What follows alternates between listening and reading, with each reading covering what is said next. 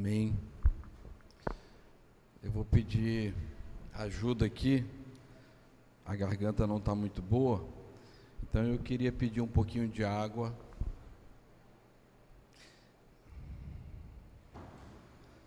Aqui.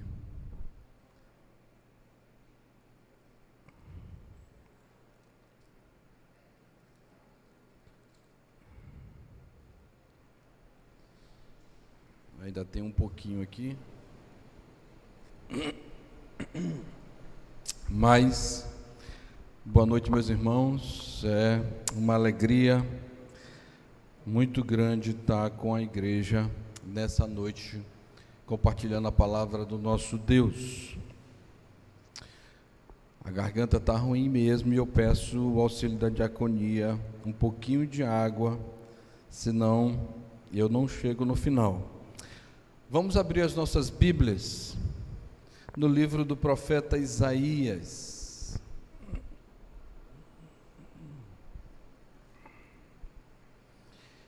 Isaías, um texto muito conhecido, todo mundo já leu, já ouviu, já cantou, já recitou e conhece esse texto. Nós vamos ler o livro do profeta Isaías, o capítulo 52, a partir do verso 13, e vamos ler também o capítulo 53 todo. À medida que os irmãos forem encontrando o texto, eu peço que se coloquem de pé. Nós vamos passar uns 30 minutinhos sentados, vamos fazer essa leitura, e eu vou ler um verso e peço que a igreja leia o verso seguinte. Diz assim: eis que o meu servo procederá com prudência, será exaltado e elevado, e será muito sublime.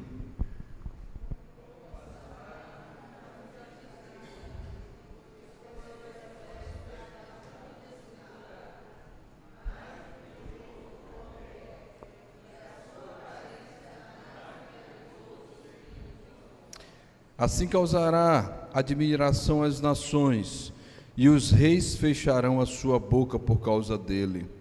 Porque aquilo que não lhes foi anunciado verão, e aquilo que não ouviram entenderão.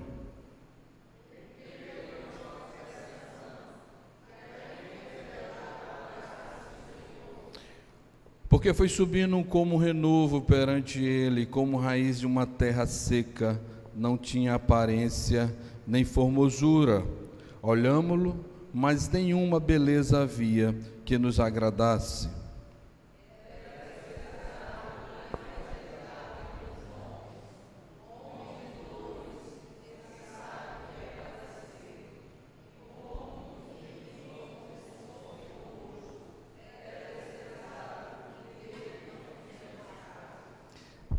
Certamente Ele tomou sobre si as nossas enfermidades e as nossas dores levou sobre si.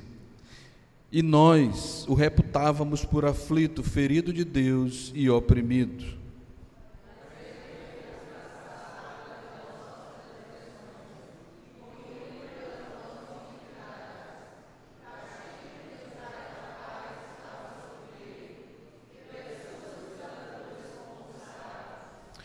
Todos nós andávamos desgarrados como ovelhas, cada um se desviava pelo caminho, mas o Senhor fez cair sobre ele a iniquidade de nós todos.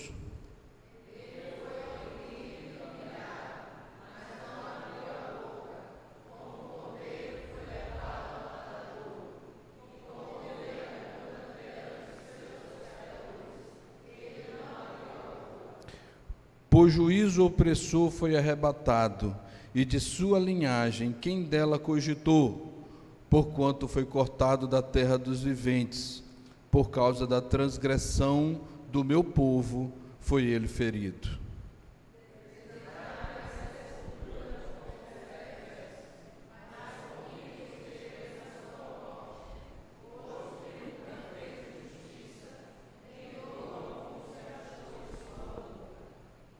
Todavia, ao Senhor agradou moê-lo, fazendo-o enfermar. quando der ele a alma como oferta pelo pecado, verá a sua posteridade e prolongará os seus dias, e a vontade do Senhor prosperará nas suas mãos.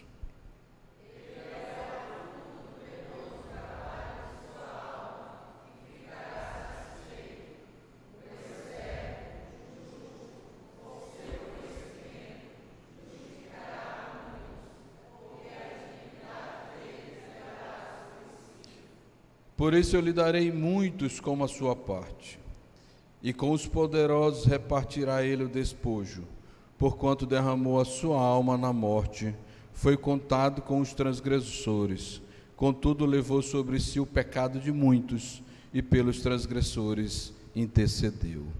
Deus, no nome de Jesus, te louvamos, Pai, por estarmos diante da tua palavra, pedimos que o Senhor fale aos nossos corações nessa noite, em nome de Jesus, amém.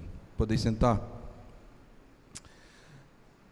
Quem nunca leu, nunca ouviu, nunca teve nenhum contato com esse texto? Com certeza, todos nós que estamos aqui e olhando daqui,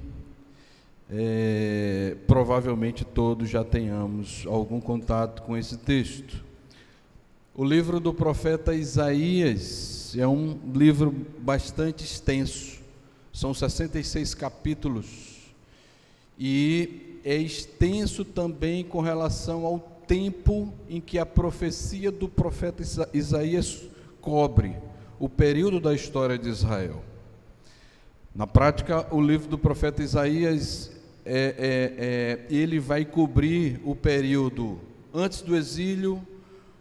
Vai haver profecias direcionadas para o povo no exílio, e há também uma palavra direcionada para o povo pós-exílio da Babilônia.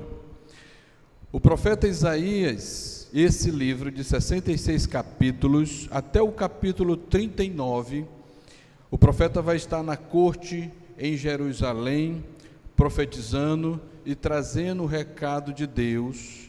E o capítulo 39, o final dessa primeira parte, vai ser marcado exatamente quando ele profetiza sobre a queda de Jerusalém.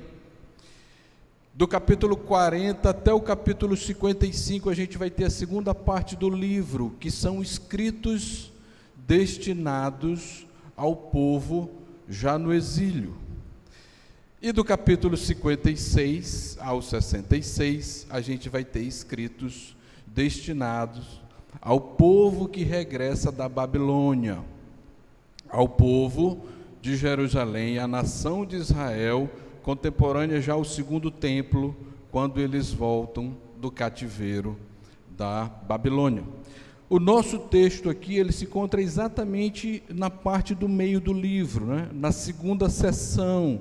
O povo está no exílio, então são textos escritos para trazer esperança, trazer ânimo e trazer perspectiva para aquela nação que perdeu a sua terra, perdeu o seu templo, perdeu a sua identidade.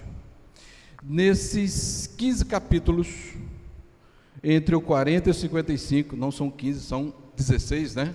Porque é do 40 ao 55. O profeta vai trazer profecias a respeito de dois salvadores.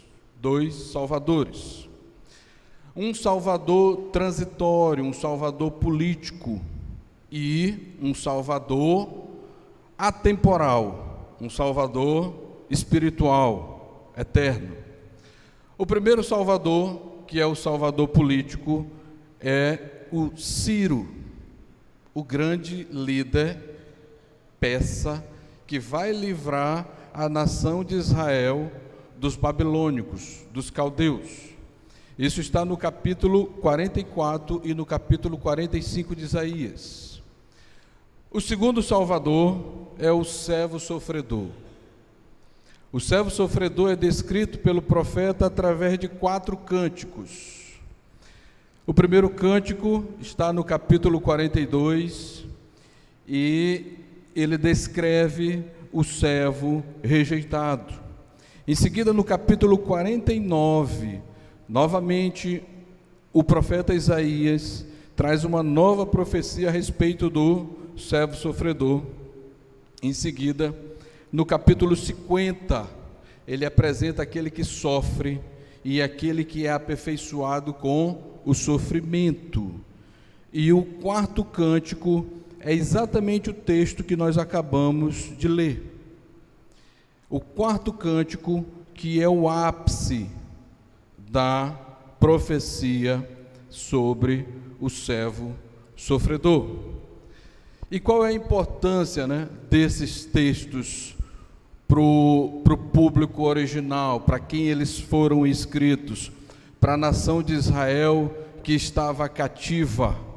Imaginem o povo recebendo essa profecia e se realiza a profecia da libertação do Salvador temporário, político. Ciro se levanta, o povo regressa para a sua terra e havia toda a expectativa da chegada do Messias, do libertador espiritual. E qual é a importância desse texto para a gente? O Novo Testamento, os escritores do Novo Testamento vão citar esse texto pelo menos 40 vezes. Algumas vezes de maneira direta, como a gente encontra lá em Atos, quando Filipe vai evangelizar o eunuco, e o eunuco do rei estava exatamente lendo esse texto. Ou quando Paulo usa ele várias vezes de maneira indireta, apontando para a necessidade do sacrifício de Jesus. Logo, os escritores do Novo Testamento, os apóstolos, vão identificar o servo sofredor do profeta Isaías com o Senhor Jesus. Quem é o servo sofredor? O Senhor Jesus. E os escritores do Novo Testamento vão ver em Jesus que ele reúne os papéis do servo e do Messias, daquele que dá a sua vida pelas ovelhas e daquele que traz a libertação espiritual e definitiva para o seu povo.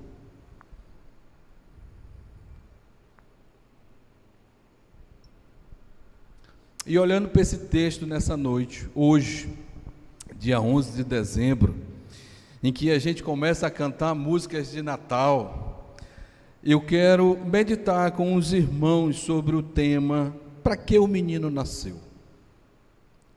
Qual é o objetivo dele? O que ele veio fazer? E o profeta Isaías deixa isso muito claro para a gente trazer essa reflexão nesse momento. E esse texto ele foi extremamente usado pelos nossos pais, os autores do Novo Testamento. Então, nessa perspectiva, a primeira verdade que eu quero tirar é que o menino nasceu para estabelecer a sua igreja através do seu sacrifício. E quando a gente olha para esse texto, isso salta aos olhos. E não tem como não perceber a semelhança desse texto com o que é descrito durante a paixão e a morte do Senhor Jesus. Vejam aí o verso 4 do capítulo 53, diz assim: certamente ele tomou sobre si as nossas enfermidades e as nossas dores levou sobre si. Ele veio para estabelecer a sua igreja através do seu sofrimento. E o que é a igreja? A igreja é uma comunidade de santos, não é isso que a gente aprende? Que somos santos. Não porque deixamos de pecar, mas porque esse status de santo nós recebemos através de Jesus. A igreja é essa comunidade de gente viva, de gente vivificada em Jesus Cristo, daqueles que foram justificados, e essa justificação tem um preço. E qual foi o preço? O preço foi que o Deus eterno, verdadeiro, o Criador, ele nasceu, se fez carne, habitou entre nós e se sacrificou pela sua igreja. O verso 4 do capítulo 53, o profeta vai dizer: certamente ele tomou sobre si as nossas dores físicas, as nossas enfermidades, levou sobre si, e nós o reputávamos por ferido de Deus e oprimido.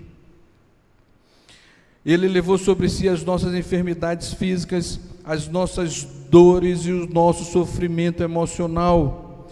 No verso 5 ele vai dizer assim: mas ele foi transpassado pelas nossas transgressões e moído pelas nossas iniquidades.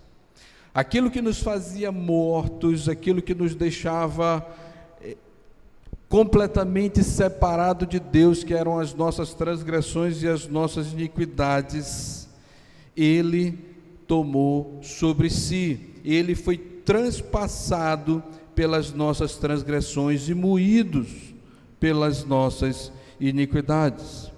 A restauração do Espírito, a ressurreição, a vivificação vem através do sacrifício do servo sofredor, do sacrifício daquele que se fez homem e se sacrificou pela sua igreja lá na cruz.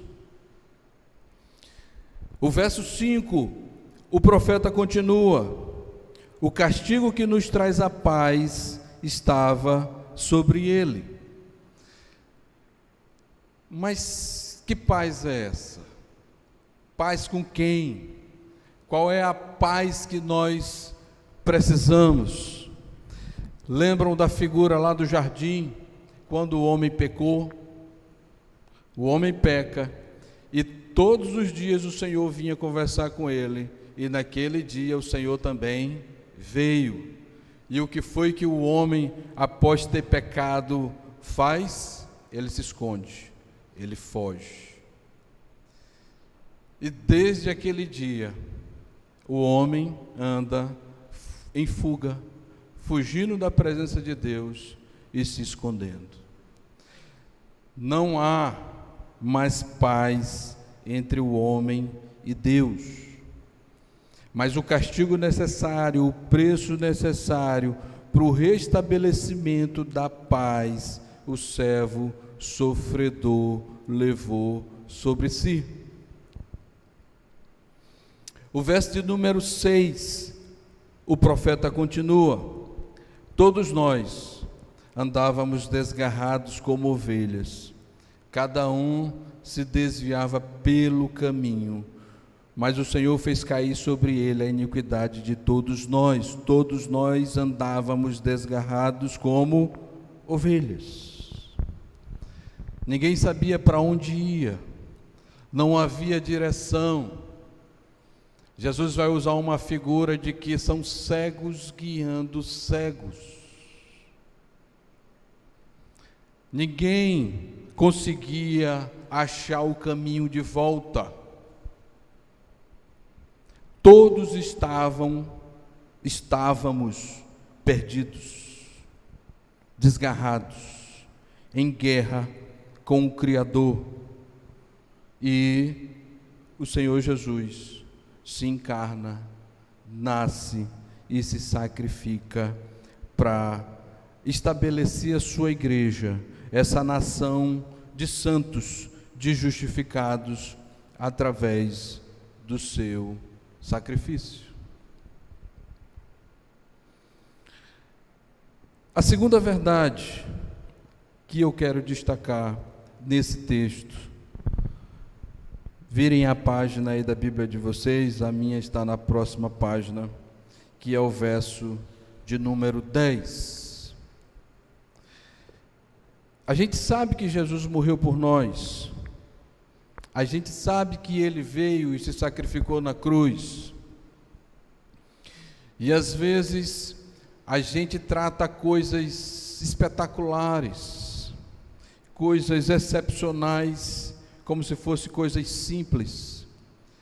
nós nos habituamos a isso e achamos que isso é algo normal, simples, corriqueiro. Mas o sacrifício do Senhor Jesus foi feito com um propósito, o propósito de estabelecer a sua igreja, separar um povo santo, criar uma nação de justos. Mas foi feito também com um segundo propósito. Acompanhem aí no verso 10. O verso 10, o profeta vai dizer assim: todavia, ao Senhor agradou moê-lo.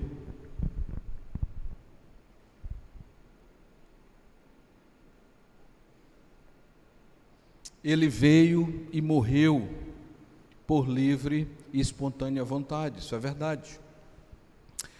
Mas ele veio cumprir a vontade do Pai.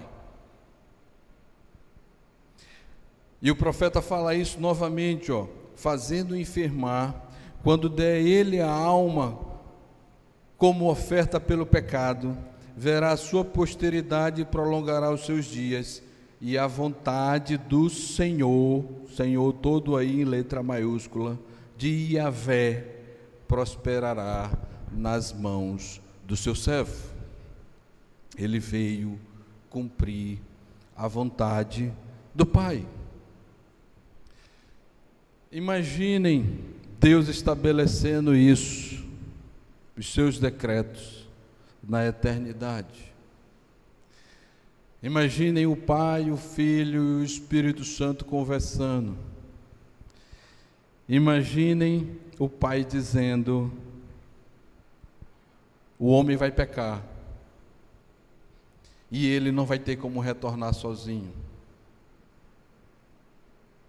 E é necessário que haja o sacrifício, que o preço seja pago pelos pecados. Porque o salário do pecado é a morte. Porque no dia em que comerdes, certamente morrerás. E o Filho vem e cumpre a vontade do Pai. E a gente precisa entender que a partir da realização da vontade do Pai, o propósito do Senhor prospera. A vontade do Senhor prosperará em suas mãos. E aí o prosperar aqui é alcançar o objetivo, obter sucesso, gerar resultado.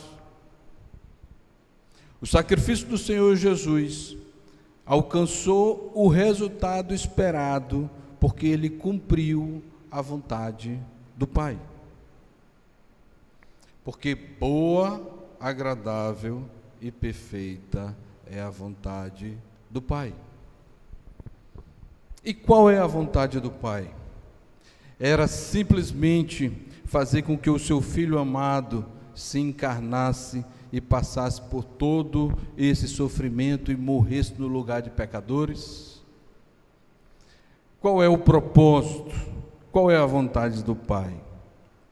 As Escrituras vão deixar claras para a gente que a vontade do Pai é reconciliar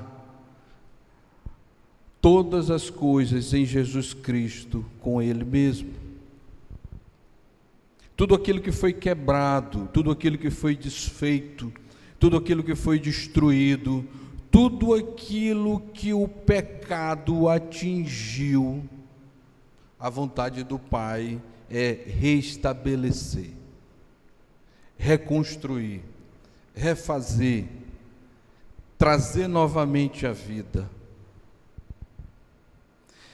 restabelecer, reconstruir o que havia sido desfeito, desfazer todas as obras do pecado. E o evangelista Mateus vai dizer que o nome dele vai ser Jesus, porque ele perdoará os pecados do povo. Ele tirará de sobre o povo as consequências do pecado. Então ele não veio somente morrer, mas ele veio cumprir uma missão. E precisamos entender, assim como Jesus entendia, que só existe sucesso no cumprimento da vontade do Pai. Esses serão o fruto do teu penoso trabalho. O que o Senhor Jesus recebeu como recompensa? Os muitos pelos quais ele morreu. Ele verá o fruto do penoso trabalho de sua alma e ficará satisfeito. O meu servo, o justo, com o seu conhecimento justificará a muitos. Verso 12, eu lhe darei muitos como a sua parte. A recompensa do Senhor somos todos nós, a sua igreja, todos aqueles por quem ele morreu. Essa é a recompensa do servo sofredor. Jesus, quando aceitou a missão, quando ele disse eu vou, ele olhou para mim e para você e resolveu se esvaziar, se fazer homem, nascer numa manjedoura, no meio de animais. Resolveu sofrer, resolveu morrer na cruz para cumprir a vontade do Pai, mas para receber a mim e a você, para receber essa igreja, essa comunidade, para receber todos aqueles pelos quais ele morreu como recompensa.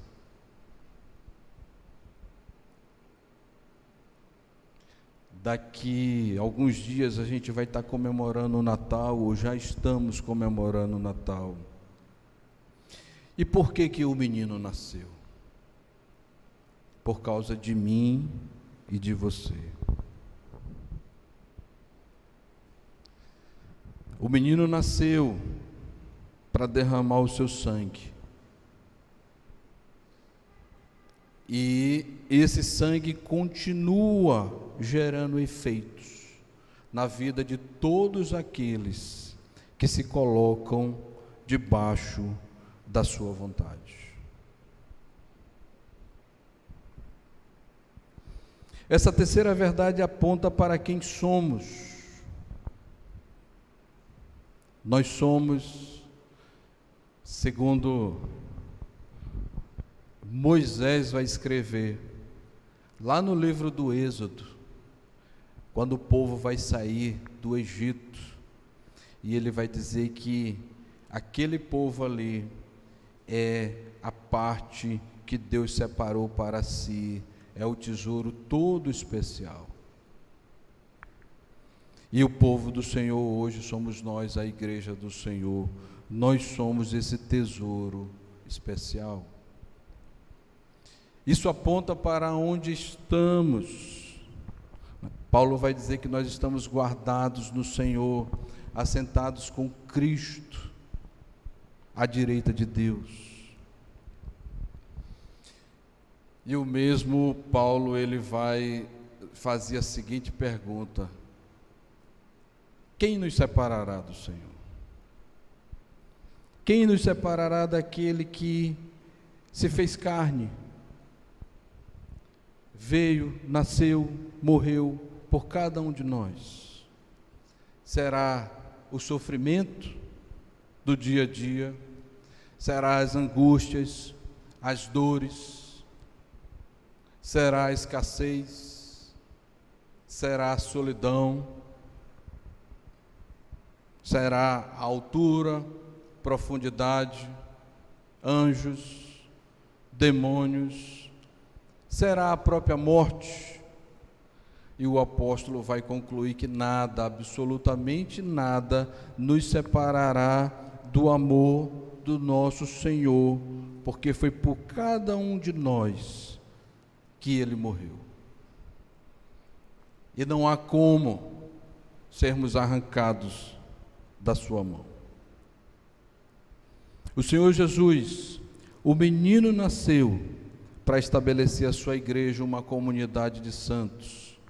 Veio, cumpriu a vontade do Pai e fez isso para receber como recompensa as nossas vidas, a vida de cada pessoa que compõe a sua igreja.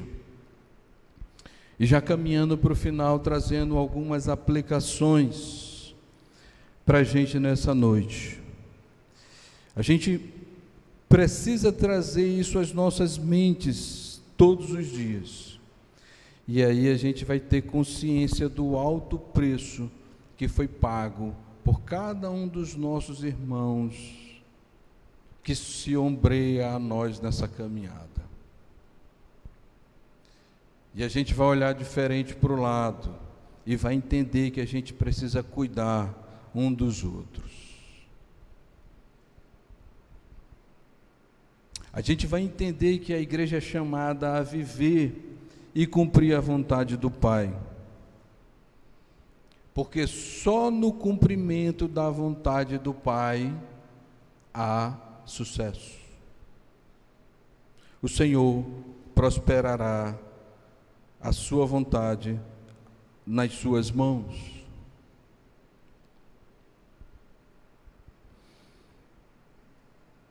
E é imperativo no mundo que vivemos, de muitas vozes, de muitas verdades, esse mundo líquido, entender quem somos, entender onde estamos e entender por que estamos. Nessa perspectiva, nós seremos verdadeiras testemunhas e cumpriremos e faremos as mesmas obras que o Senhor Jesus fez ao se encarnar. Amém? Curve a sua cabeça, vamos orar. Deus, no nome de Jesus, Pai, nós te louvamos, glorificamos o teu santo nome, por Jesus. Te agradecemos, Senhor Deus, porque aprove ao Senhor enviá-lo como uma criança frágil, como qualquer outra criança. Aprove ao Senhor, Deus, nos resgatar, nos tirar do nosso estado de morte, das nossas enfermidades, das nossas iniquidades, dos nossos pecados, através do sacrifício do teu servo sofredor. Aprove ao Senhor, Deus, nos dá exemplo do cumprimento da tua vontade do Senhor Jesus. E nós te pedimos, Deus, que caminhemos em conformidade com a tua vontade, na centralidade do teu querer, sabendo que só tu tens as palavras de vida eterna. Deus, no nome de Jesus, nós te louvamos, Pai, porque estamos guardados nas tuas mãos, porque somos a recompensa, o tesouro todo especial pelo qual o Senhor Jesus resolveu se sacrificar. Muito obrigado, Senhor Deus, nós te louvamos. Aviva essa palavra dos nossos corações a cada dia e faça ela nascer e brotar em nossas vidas, em nome de Jesus. Amém.